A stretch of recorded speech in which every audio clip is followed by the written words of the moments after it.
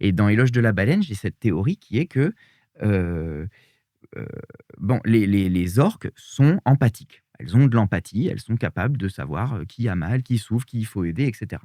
Elles ont même la partie du cerveau qui est liée à l'empathie est plus développée chez elles que chez nous. Bon, heu et on s'est rendu compte que, évidemment, les orques, elles sont un petit peu dans la position de Descartes, en fait. Elles peuvent pas se permettre d'avoir de l'empathie pour les trucs qu'elles doivent bouffer.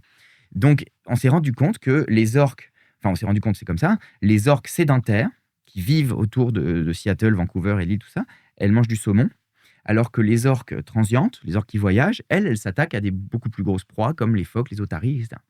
Et je me suis dit: «Mais si ça se trouve, les orques étant sensibles à la détresse des autres, sont sensibles à la détresse des phoques et des otaries», ce qui expliquerait que les orques de Seattle et Vancouver se soient mises à bouffer des poissons parce qu'au moins, elles se rendent moins compte. Tu vois? Il y a la différence entre un poisson et une orque est du même ordre que la différence entre un poisson et un humain. Donc, tu vois, il y a le poisson et le mammifère.